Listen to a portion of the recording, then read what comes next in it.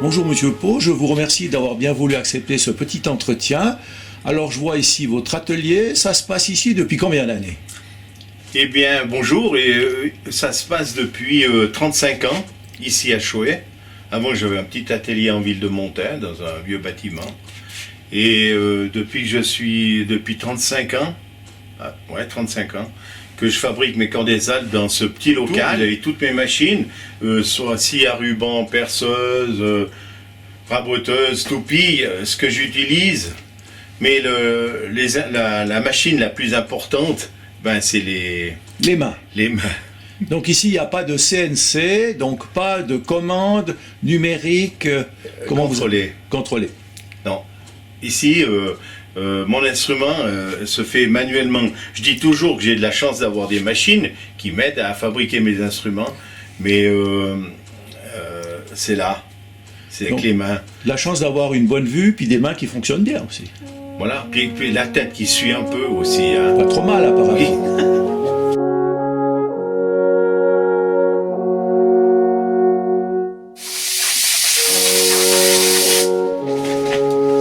Nous sommes à la première phase de la construction du Camp des Alpes. Nous avons tracé le pavillon et nous allons commencer à débiter ce dernier pour ensuite faire l'assemblage.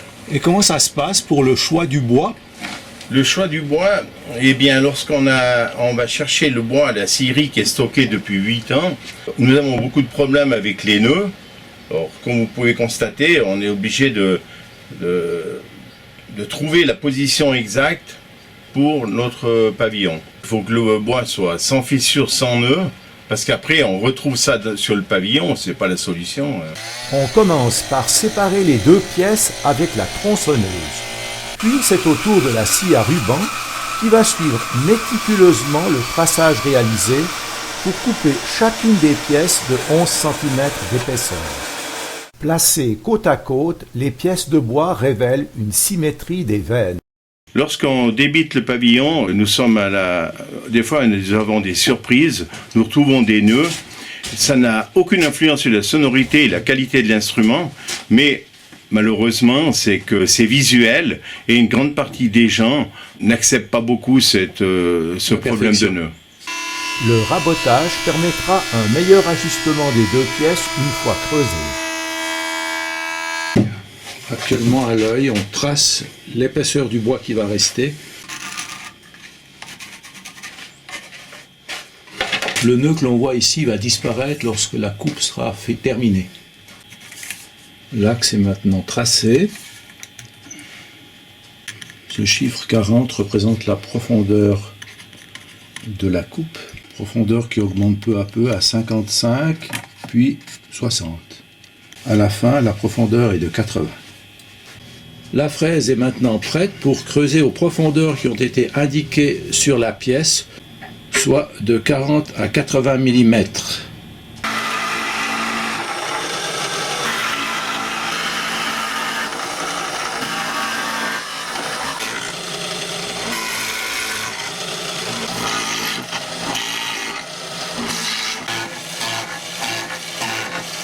La phase de travail que vous venez de voir, c'est fait manuellement. Chez tous les autres fabricants de Camp des Alpes, c'est fait au CNC, c'est commande numérique contrôlée. Ça veut dire que ce sont des fraises qui sont programmées, ils mettent le bloc de bois et la machine creuse en fonction des dimensions qu'on veut bien donner au pavillon. La prochaine étape, c'est le collage des deux pièces. En fait, collage provisoire. On applique donc cette colle à bois sur les deux bords.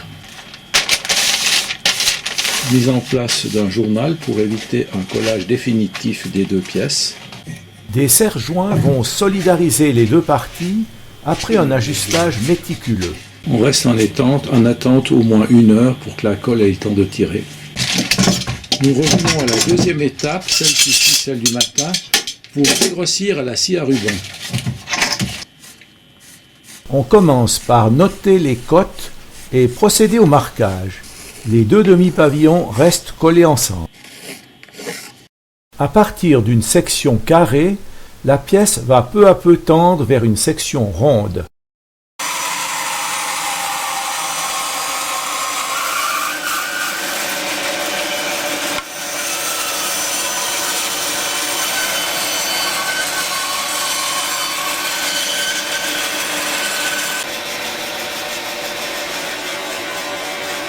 On est sur l'étape 3 qui consiste à poncer l'extérieur. On a donc différents gabarits, ainsi celui-ci à 150, puis au fur et à mesure qu'on vient vers l'extrémité du pavillon, 160, 170, 180. Pour cela, on utilise une ponceuse à ruban étroit. Le gabarit est enduit par une craie de couleur noire.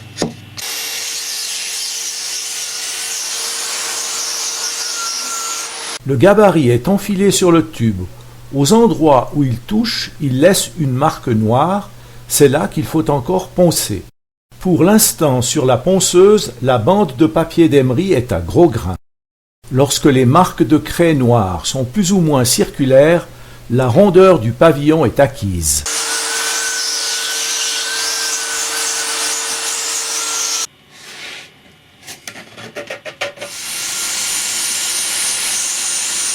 Ce qui est important pour la finition extérieure, c'est la ligne où il y a le collage, que les gabarits touchent bien de chaque côté. Parce que tout l'arrondi est fait d'après le pavillon du départ, quoi. C'est vraiment cette ligne-là qui est importante pour la forme finale du pavillon. Un dernier ponçage s'impose, mais avec un grain beaucoup plus fin. La précision est indispensable, surtout sur le petit côté, car on est en face de la rallonge. Placées sur un support, les deux parties du pavillon vont être séparées afin de pouvoir continuer le travail, soit le creusement de l'intérieur. On passe un trusquin sur les bords de la pièce afin de délimiter ce qui doit être enlevé avec la perceuse à colonne.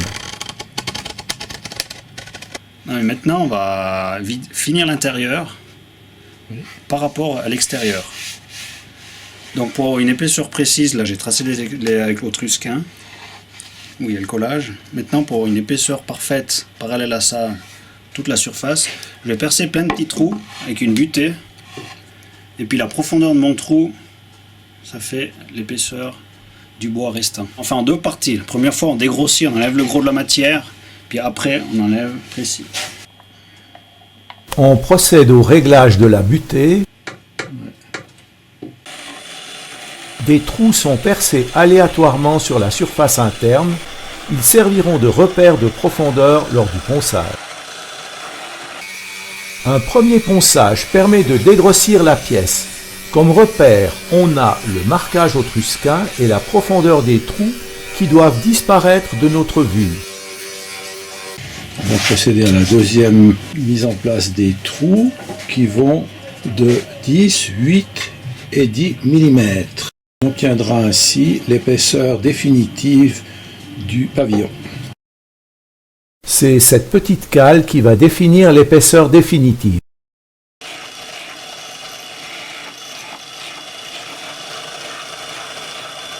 Pour le centre du pavillon, on est à 8 et non plus à 10.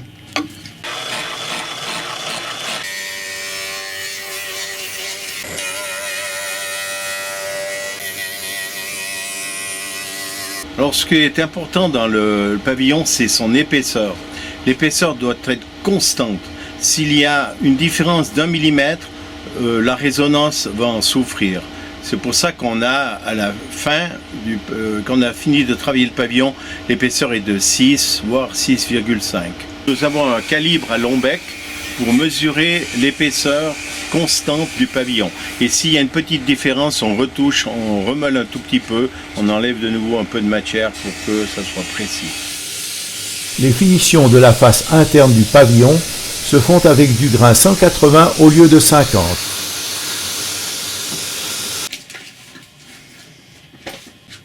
Voici donc les deux pièces terminées. Il reste à procéder à leur collage après ajustage précis. On commence par un petit coup de rabot, histoire de bien aplanir les bords. La colle est appliquée sur les deux pièces, mais cette fois-ci sans papier journal intermédiaire. Des pinces aux extrémités et un tuyau de chambre à air vont permettre une fixation solide le temps que la colle durcisse.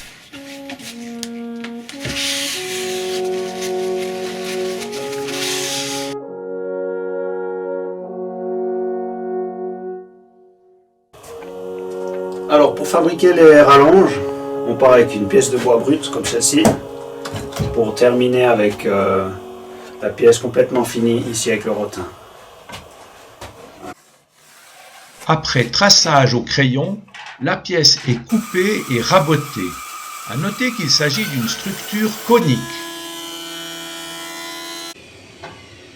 Nous avons maintenant deux pièces identiques qui représentent les deux moitiés du tube que l'on va passer plusieurs fois à la toupie pour évaser l'intérieur. L'opération va permettre de trouver le bon diamètre et la bonne profondeur grâce à des mesures répétées avec le pied à coulisse et les bons positionnements de la toupie. Donc pour l'instant on a une pièce conique sur la largeur, on va la rendre conique sur l'épaisseur.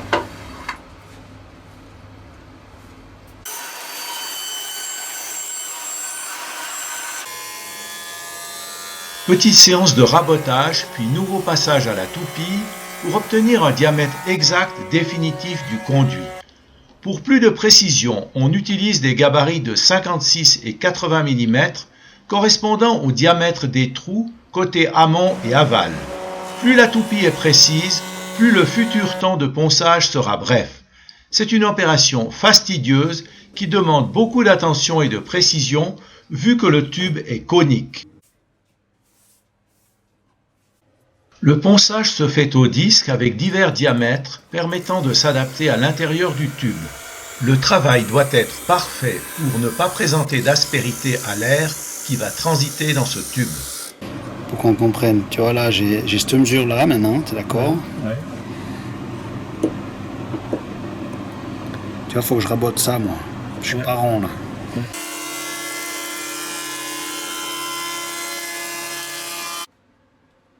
Les pièces sont maintenant prêtes pour le collage,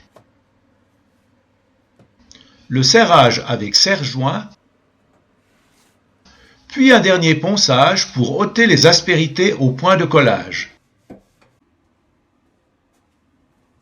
Alors avant de mettre sur le tour, on va dégrossir le gros de la matière à la scie à ruban. Faut laisser environ 15. Ouais, plus ou moins. Puis c'est au tour de la raboteuse qui va équarrir la pièce ainsi prête pour être fixée sur le tour. C'est après plusieurs passages que l'on obtient le bon diamètre extérieur de la rallonge en ayant veillé à bien positionner la pièce par rapport au couteau vu la conicité de la rallonge.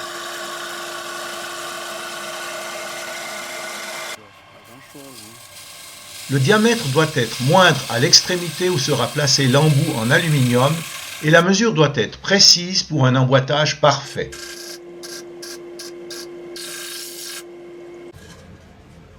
La pièce est alors collée.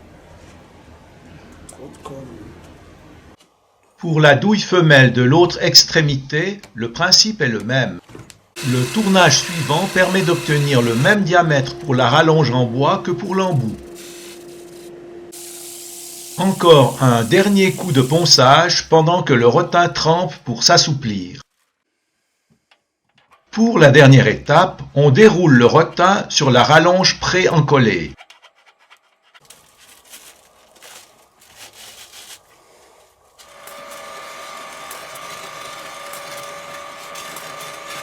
Le corps est doté d'un pied breveté avec un aimant permettant une adhérence optimale lorsque l'instrument est déployé.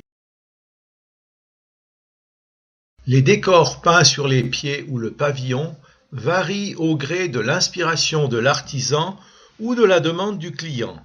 Ils rappellent les Alpes avec leurs diverses fleurs, Edelweiss ou gentianes, ou des animaux, chamois, vaches, chèvres.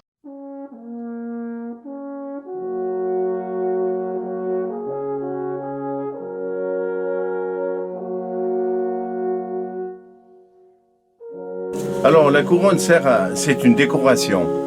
On peut le faire en n'importe quel bois, mais moi j'ai l'habitude de faire la couronne en noyer. Et ça maintient aussi la structure de l'instrument. Je trouve que l'épicéa et le noyer se marient très bien. La plaque de bois étant noyée, qui n'a pas été étuvé mais simplement séché à l'air. S'il avait été étuvé, les tanins se seraient répandus sur toute la surface, qui aurait obtenu alors une couleur uniforme. Une mesure exacte du diamètre externe du pavillon est indispensable. Moi, je travaille à 3-4 dixièmes, là. Il faut que cette partie-là, la partie extérieure, soit parfaitement ronde. C'est pour ça qu'on laisse une surépaisseur quand on débite le pavillon. Le ciseau à bois est parfaitement aiguisé avant le tournage. Une fois placé sur le tour, les surfaces de la pièce sont aplanies, puis l'on commence à creuser le sillon du bord interne de la future couronne en visant un diamètre exact et un creusement rigoureusement perpendiculaire à la surface pour que la couronne s'adapte parfaitement au pavillon.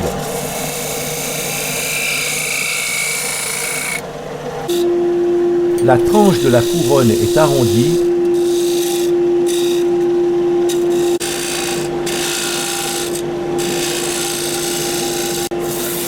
puis sa surface polie avec du papier de verre, puis un tissu en fibre de plastique.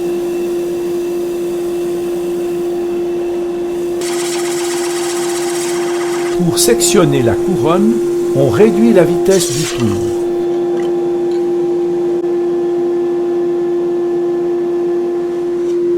Il faut encore la poncer. La couronne est placée sur le pavillon, le plus beau dessin face au joueur, et l'on marque la tranche du pavillon à poncer pour un ajustement parfait. Celui-ci sera réalisé lorsque le collage sera efficace.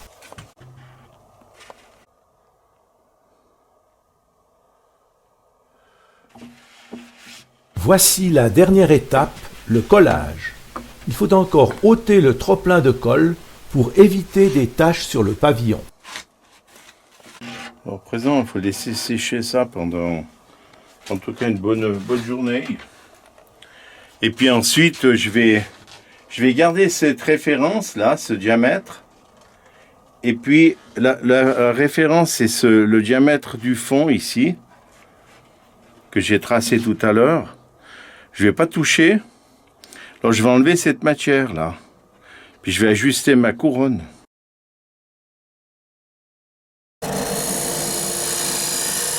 À l'autre extrémité du pavillon, à la limite du rotin, la finition se fera avec une seconde couronne plus petite qui peut être découpée à partir du bois restant de la première couronne.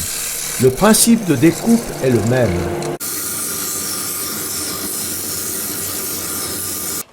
La finalité de l'instrument, parce que ici j'ai un épaulement qui vient jusqu'ici. Alors la couronne consolide, cette petite couronne consolide le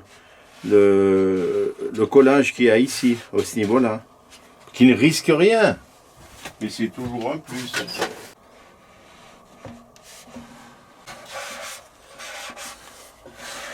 À présent, il ne reste plus qu'à mettre le rotin, le sol de rotin qui manque ici, jusqu'à la couronne.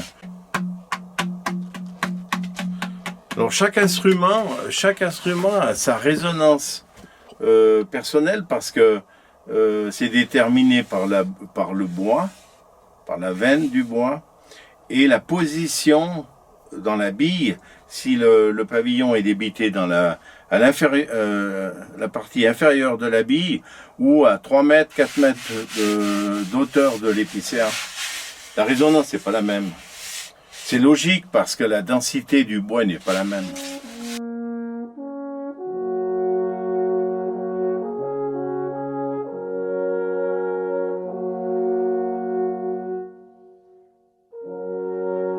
La confection de l'embouchure sera la dernière pièce de ce puzzle. Certaines phases resteront enfermées dans ce local parce que je considère que... C'est un secret de fabrication. Ouais, si on veut dire un secret, c'est un grand mot, mais je fais un travail que personne ne le fait jusqu'à présent. Les mèches ont été taillées en sorte de pouvoir réaliser plusieurs formes de cuvettes. Puis le diamètre intérieur de la cuvette est donné par le diamètre extérieur du bois que j'ai là. Alors là, il y a déjà plusieurs phases. Il y a le centrage, il y a peut-être déjà 12 opérations sur ce morceau de bois. On procède maintenant au creusement de la cuvette. La perce de la cuvette, c'est ce que je vais faire à présent.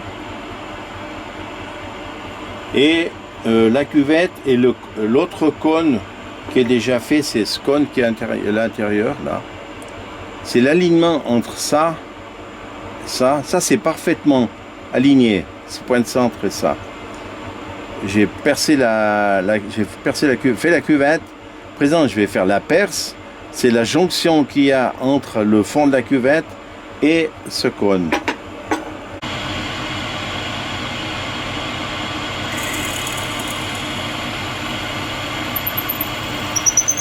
C'est pour cette raison que le fabricant qui prétend que ces embouchures sont faites sur CNC et qui sont toujours identiques, dans le métal c'est pas possible, dans le bois c'est encore pire, parce que dans le bois on a les veines tendres, les veines dures.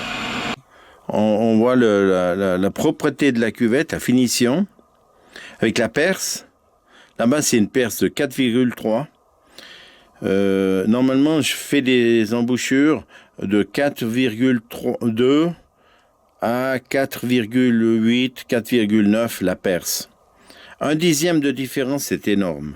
Alors là, on voit une petite différence entre la profondeur de la cuvette et la géométrie de la mèche. Ça, c'est une mèche qui est plus ouverte au fond de la cuvette, là-bas.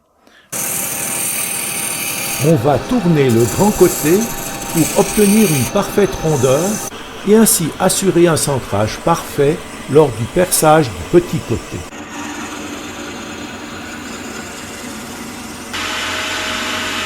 Le façonnage du bec de l'embout est très important.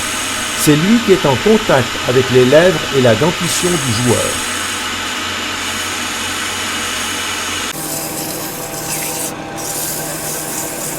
Ce qui est important, c'est ça dépend le musicien.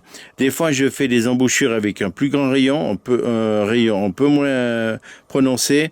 Et puis, c'est cette attaque-là, cet angle ici, qui est très important. Parce que plus l'angle est vif, mieux c'est pour le musicien. Mais il y a des gens qui ont des problèmes de dentition. Et parce qu'on appuie quand même l'embouchure sur les lèvres, mais il y a quand même une certaine pression et ça peut blesser. Alors on casse ce rayon ici, là. L'avant-dernière étape consiste à tourner l'embout sur le petit côté en sorte qu'il obtienne le diamètre exact lui permettant de s'enfiler dans le plus petit tube du corps des Alpes. Après, on enlève cette partie-là, là, et puis l'embouchure est terminée. Bon, il y a peut-être juste le cône à retoucher un peu, là, parce que c'est un peu trop cylindrique, mais c'est terminé.